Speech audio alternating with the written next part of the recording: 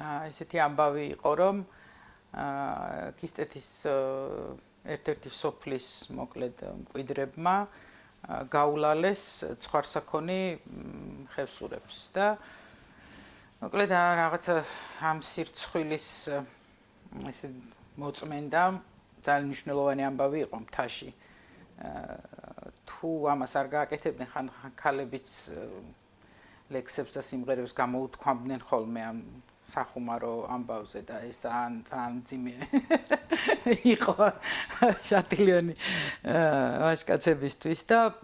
მოკლედ აი ლეკოს ძმამ გადაწყვიტა სწორედ მიხამ რომ რაღაცა როგორც არ უნდა საშუალებით მოკლედ ეს თავისი რაც წაიღეს ნადავლი დაებრუნებინათ უკან და ამ დროს ლეკო იყო პატარა 16-17 წლის და მისი ჩუმად მოკლედ ისე რომ არავისათვის არ უთქვამს მიხას 4 უნდა წასულიყვნენ და ამ 4-დან 2 სწორედ ვისაც თავს დაესხნენ და გაულალეს ეს საქონი ის 2 იყვნენ და მათ შორის მიხა და შეუსწრო ლეკომ ზუსტად იმ დროს იარაღს რო წმენდა მიხო და უთხრა რომ რასაკეთებოდა ვერ ხედავო იარაღს წმენდოდა ლეკო ძალიან ჭკვიანი ადამიანი იყო და მიხვდა ხო და უთხრა რომ სანამ არ მეტყვიო არ გავალო აქედანო და მერე უთხრა რომ მივდივართო რა კისტეთშიო და მეც უნდა წამოვიდეო ხო და რაღაცა რომ მოხდესო და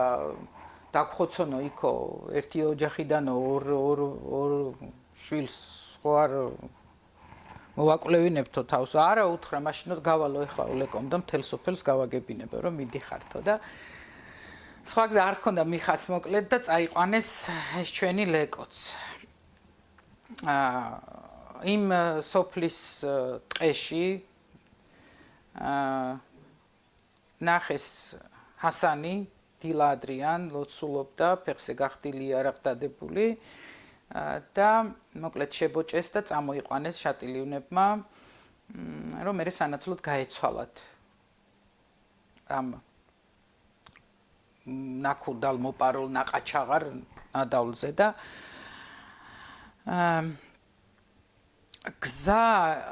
წამოვიდნენ არა რაღაცა ვაკედ ტყედ რბილი ადგილებიდან რომ შეიძლებოდა მდევარი გამოჰყოლოდა და ამიტომ სულ მთა იარეს და ეს სიპებზე მყინულებზე მოკლედ ეს კისტი ტყვე წეღან როგორც გითხარით ფეხშიშველი იყო და ლეკომ თავისი დოლბანდები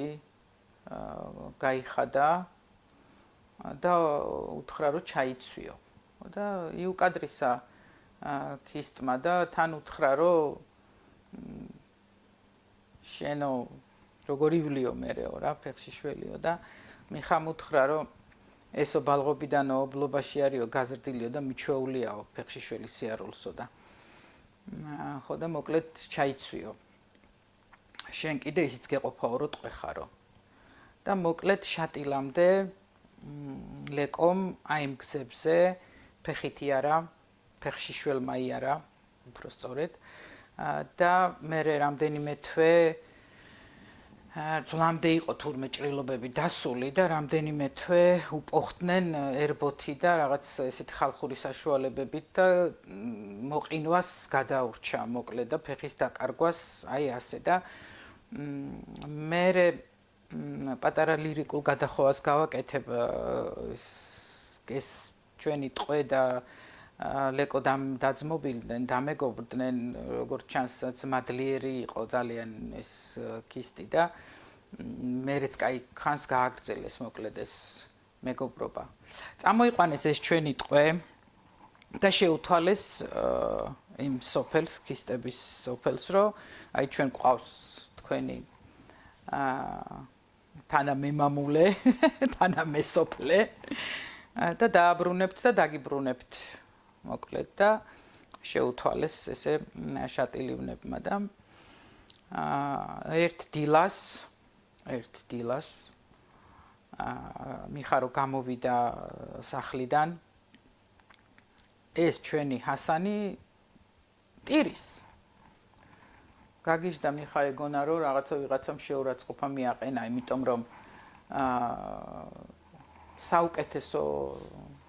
საჭმელი ჰქონდა ჰასანს საუკეთესო პირობებში ყავდათ და პატივში ყავდათ მინდა გითხრათ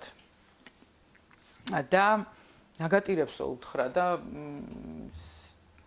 ხატისკენ ჯვარხატისკენ სადაც ხევსურები ლოცულობენ იქითკენ გაიხედა და ჰასანის მამის მკვლელს ყავდა მოყვანილი კურატი წესი იყო ესეთი ხევსურეთში რომ თუ კი შესარიგებლად სანამ ვინმე დილით გამოვიდოდა მევალე ასე ვთქვათ მკვლელობის მევალე შეიყვანდა ხატში მოკლედ საკლავს უნდა ეპატიებინა და ესე აიხსნებოდა ეს ამბავი რომ ანუ ხატის კისერზე იყო ანუ ხატი აგებდა ღმერთი აგებდა ამაზე პასუხს და ეს წესი როგორც ჩანს ქისტებმა ძალიან კარგად იცოდნენ ხევსურების და ჰასანმა სთხოვა მიხას რომ არ მისცეო ჩემი თავიო მაგათო თორე იძულებული ვიქნებიო რომ მამის მკვლელსო სისხლი შევარჩინო და მიხამ უარი თქვა და თქვა რომ თუო ღმერთიო და ხატიო უნდა გაწყრესო მაგის გამო ჩემს ოჯახს გაუწყრესო და მეო მაგათო შენო არ გაგატანო მოკლედ გააბრუნეს უკან რაღაცა პერიოდის მერე ეს ნაქურდალი ნაყაჩაღარი დააბრუნეს ქისტებმა და ეს ჩვენი ჰასანი ძალიან დიდი პატივით გააცილეს შატილიდან ყველაზე დიდი მსუქანი ხარი გამოაყოლეს თან როგორც პატივი და ბოდიში მისთვის რომ აქამდე ტყო იყო და 2 თვის მერე სადღაც მოვიდა ხმა ქისტეთიდან რომ ჰასანმაო ბუნხუა ერქვა თურმე მამის მკვლელს ბუნხუა მოკლაო და მიხას ეთქვა რომ დედავაცხო მაშკაცისაო ჰასანისაო აი ესე დამთავრდა მოკლედ ეს ამბავი ყოველთვის რა თქმა უნდა არ იყო მტრობა ხევსურებსა და ქისტებს შორის იყო კარგი მეზობლობა კარგი მეგობრობაც მათ შორის და ბევრი ასეთი ისტორია ახსოვს ხევსურეთს